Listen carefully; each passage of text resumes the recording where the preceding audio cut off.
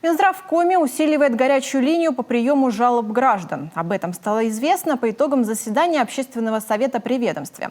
Активизировать совместную деятельность призвал ИО министра здравоохранения Игорь Дягилев.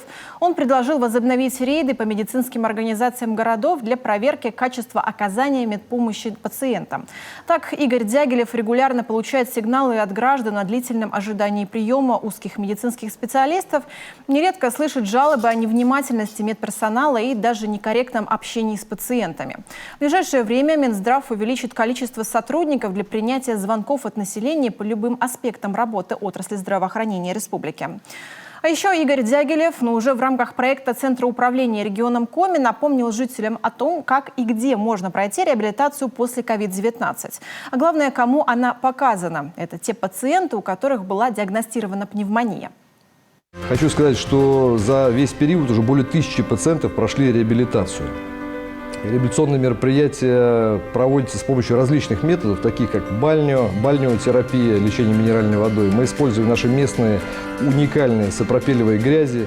Это различные светолечения, ингаляционные процедуры с помощью различных растворов, в том числе там, эвкалипты и другие. Можно использовать массаж, лечебную физкультуру. И хочу сказать отдельную благодарность нашим специалистам, которые обучают пациентов, которые перенесли ковид, и не только обучению скандинавской ходьбе. Я порой, когда объезжаю республику, по выходным вижу в селах, когда жители нашего старшего поколения ходят с палочками. Один из самых эффективных методов реабилитации – это дыхательная гимнастика.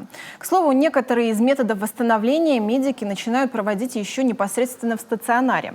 Помимо дыхательной гимнастики, это еще и физиотерапевтические процедуры и массаж. Первой в республике реабилитацию постковидных больных начала проводить Ухтинская физиотерапевтическая поликлиника. А чуть позже к ней присоединился и республиканский врачебно-физкультурный диспансер.